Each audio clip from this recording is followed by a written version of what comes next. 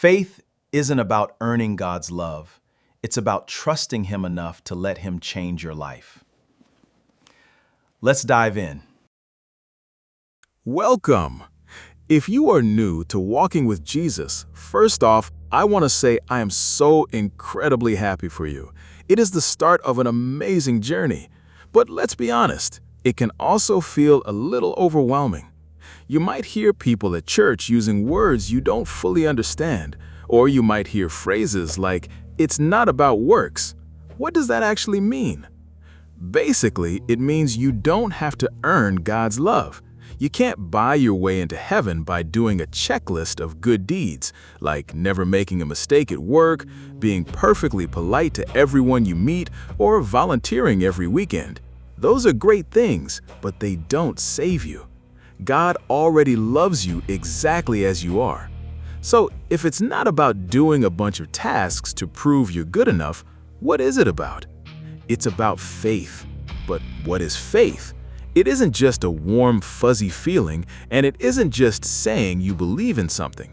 True faith is about trust. It's like sitting in a chair. You don't just look at the chair and say, "I believe that chair can hold me." You actually sit down and let it support you.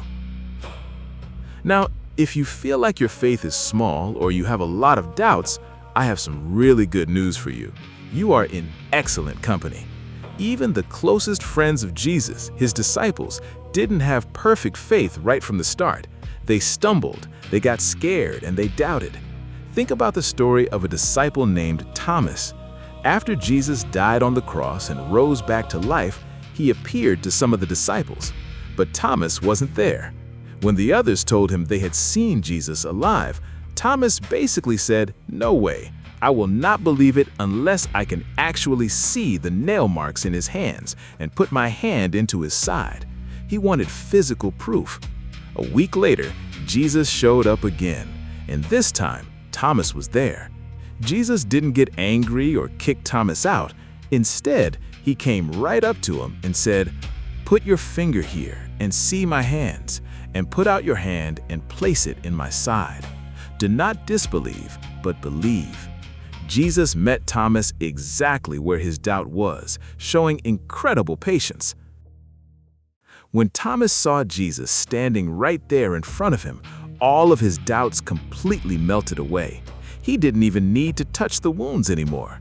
He just answered him, "My Lord and my God." He recognized exactly who Jesus was. Then Jesus said something incredibly important, not just for Thomas, but for you and me today. He told him, "Have you believed because you have seen me? Blessed are those who have not seen and yet have believed." Think about how beautiful that is. Jesus was looking down through history all the way to this very moment, and he was talking about you. We don't get to physically touch Jesus' hands or see him walk into our living rooms.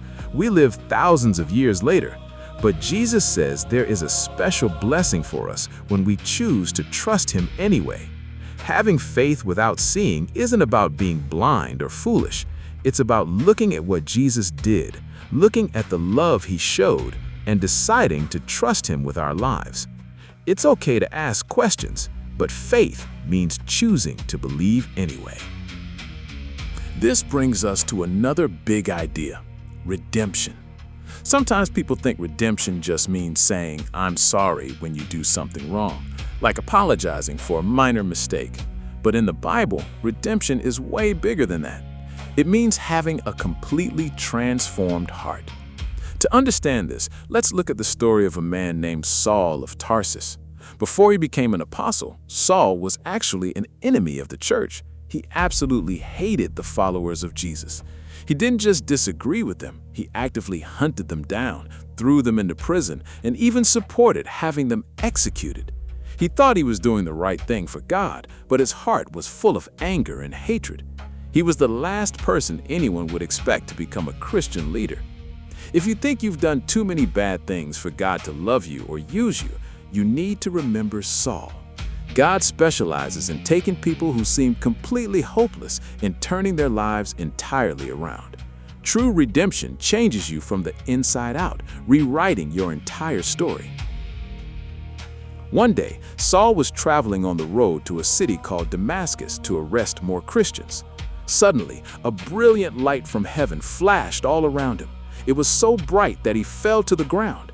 Then he heard a powerful voice calling out, "Saul, Saul, why are you persecuting me?"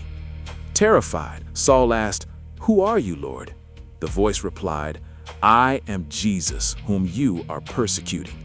Imagine how shocked Saul must have been. The person he thought was dead was actually alive and speaking to him. When Saul stood up and opened his eyes, he realized he was completely blind.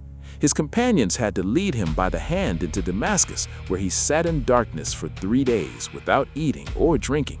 Finally, God sent a believer named Ananias to pray for him. Ananias placed his hands on Saul, and the Bible says something like scales fell from Saul's eyes, and he instantly regained his sight. He was baptized, changed his name to Paul, and spent the rest of his life sharing the gospel. Now, most of our beginnings in faith aren't quite that dramatic. You probably didn't get knocked down by a blinding light on your way to work or the grocery store. But your decision to follow Jesus is still a huge deal because you are beginning a brand new life. Jesus talks about choosing the narrow road. The wide road is easy. It's what everyone else is doing. It's following the crowd, doing whatever feels good in the moment, and living only for yourself. The narrow road requires focus and commitment. It means choosing love over selfishness, forgiveness over revenge, and truth over lies.